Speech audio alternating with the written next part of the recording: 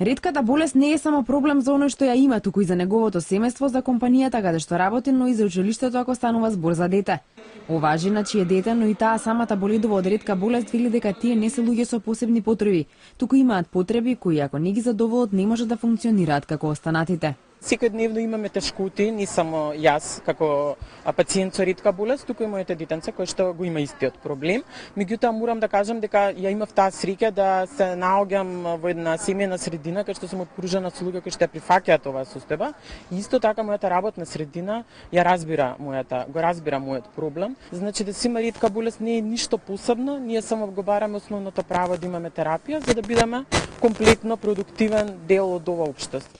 Минатиот септември Министерството за здравство го зголеми буџетот за програмата за ретки болести и соодветна терапија добија поголем број пациенти, но невладините организации обединети во Национална алијанса за ретки болести сметаат дека е потребно да се институциализира третманот на овие лица бидејќи дел од нив се уште сами си ја набавуваат терапијата. Голем чекор напред е регистарот на пациенти кој од неодамна почна да се формира. Тој треба да ја даде точната бројка на пациенти и нивните дијагнози. Нема да се видат само лековите, туку ќе се видат и другите потреби на пациентите.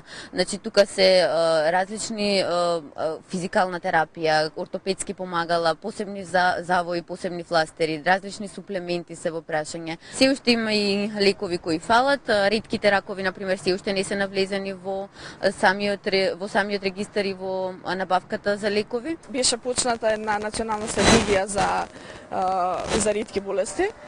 Меѓутоа таа е се уште предлог, работиме на тоа да се институциите да ја прифатат и да ја имплементираат.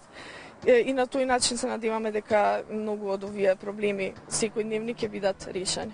Се проценува дека во земјава со некоја ретка болест се соочуваат околу 1000 граѓани и нивните семејства. Невладините на Светскиот ден на ретки болести порачаа дека неопходно е да се подигне јавната свест и да се слушне гласот на овие пациенти.